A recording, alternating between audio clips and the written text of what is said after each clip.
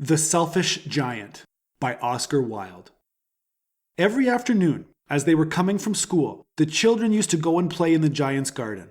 It was a large, lovely garden with soft green grass. Here and there over the grass stood beautiful flowers like stars, and there were 12 peach trees that in the springtime broke out into delicate blossoms of pink and pearl, and in the autumn bore rich fruit. The birds sat on the trees and sang so sweetly that the children used to stop their games in order to listen to them. "How happy we are here!" they cried to each other. One day the giant came back. He had been to visit his friend the Cornish ogre, and had stayed with him for 7 years. After the 7 years were over, he had said all that he had to say, for his conversation was limited, and he determined to return to his own castle. When he arrived, he saw the children playing in the garden. "What are you doing here?" he cried in a very gruff voice, and the children ran away. "My own garden is my own garden," said the giant. "Anyone can understand that, and I will allow nobody to play in it but myself." So he built a high wall all round it, and put up a notice board. "Trespassers will be prosecuted." He was a very selfish giant. The poor children had now nowhere to play. They tried to play on the road, but the road was very dusty and full of hard stones, and they did not like it. They used to wander round the high wall when their lessons were over, and talk about the beautiful garden inside. "How happy we were there," they said to each other. Then the spring came, and all over the country there were little blossoms and little birds.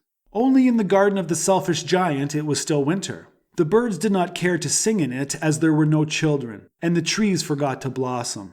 Once a beautiful flower put its head out from the grass, but when it saw the notice board it was so sorry for the children that it slipped back into the ground again and went off to sleep. The only people who were pleased were the snow and the frost. "Spring has forgotten this garden," they cried, "so we will live here all the year round." The snow covered up the grass with her great white cloak, and the frost painted all the trees silver. Then they invited the north wind to stay with them, and he came. He was wrapped in furs, and he roared all day about the garden, and blew the chimney pots down. "This is a delightful spot," he said. "We must ask the hail on a visit." So the hail came. Every day for 3 hours he rattled on the roof of the castle till he broke most of the slates, and then he ran round and round the garden as fast as he could go. He was dressed in grey, and his breath was like ice. "I cannot understand why the spring is so late in coming," said the selfish giant, as he sat at the window and looked out at his cold white garden. "I hope there will be a change in the weather." But the spring never came, nor the summer. The autumn gave golden fruit to every garden, but to the giant's garden she gave none. "He is too selfish," she said. So it was always winter there, and the north wind, and the hail, and the frost, and the snow danced about through the trees. One morning the giant was lying awake in bed when he heard some lovely music. It sounded so sweet to his ears that he thought it must be the king's musicians passing by.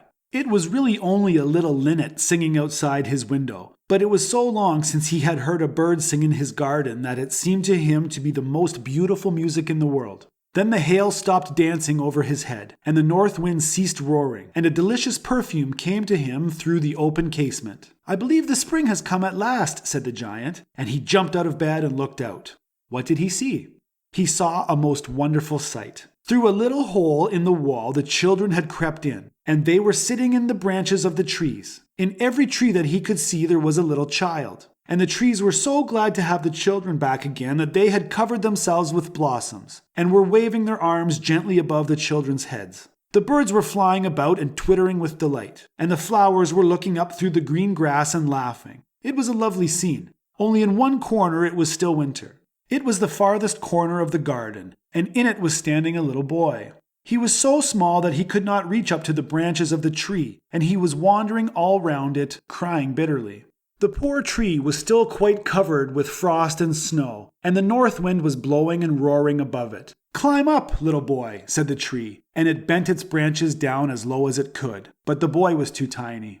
And the giant's heart melted as he looked out. "How selfish I have been," he said. "Now I know why the spring would not come here. I will put that poor little boy on the top of the tree, and then I will knock down the wall, and my garden shall be the children's playground forever and ever." He was really very sorry for what he had done. So he crept downstairs and opened the front door quite softly, and went out into the garden. But when the children saw him, they were so frightened that they all ran away, and the garden became winter again. Only the little boy did not run, for his eyes were so full of tears that he did not see the giant coming. And the giant stole up behind him and took him gently in his hand and put him up into the tree. And the tree broke at once into blossom, and the birds came and sang on it. And the little boy stretched out his 2 arms and flung them round the giant's neck and kissed him. And the other children, when they saw that the giant was not wicked any longer, came running back. And with them came the spring. "It is your garden now, little children," said the giant. And he took a great axe and knocked down the wall. And when the people were going to market at 12 o'clock, they found the giant playing with the children in the most beautiful garden they had ever seen. All day long they played, and in the evening they came to the giant to bid him goodbye. "But where is your little companion?" he said. "The boy I put into the tree." The giant loved him the best because he had kissed him. "We don't know," answered the children. "He has gone away." "You must tell him to be sure and come here tomorrow," said the giant. But the children said that they did not know where he lived, and had never seen him before, and the giant felt very sad. Every afternoon when school was over, the children came and played with the giant. But the little boy whom the giant loved was never seen again. The giant was very kind to all the children, yet he longed for his first little friend, and often spoke of him. "How I would like to see him," he used to say. Years went over, and the giant grew very old and feeble. He could not play about any more, so he sat in a huge armchair and watched the children at their games and admired his garden. "I have many beautiful flowers," he said, "but the children are the most beautiful flowers of all."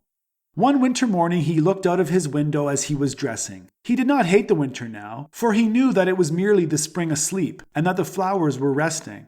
Suddenly he rubbed his eyes in wonder, and looked and looked. It certainly was a marvelous sight. In the farthest corner of the garden was a tree quite covered with lovely white blossoms. Its branches were all golden, and silver fruit hung down from them, and underneath it stood the little boy he had loved. Downstairs ran the giant in great joy, and out into the garden. He hastened across the grass, and came near to the child. And when he came quite close, his face grew red with anger, and he said, "Who hath dared to wound thee?" For on the palms of the child's hands were the prints of 2 nails, and the prints of 2 nails were on the little feet.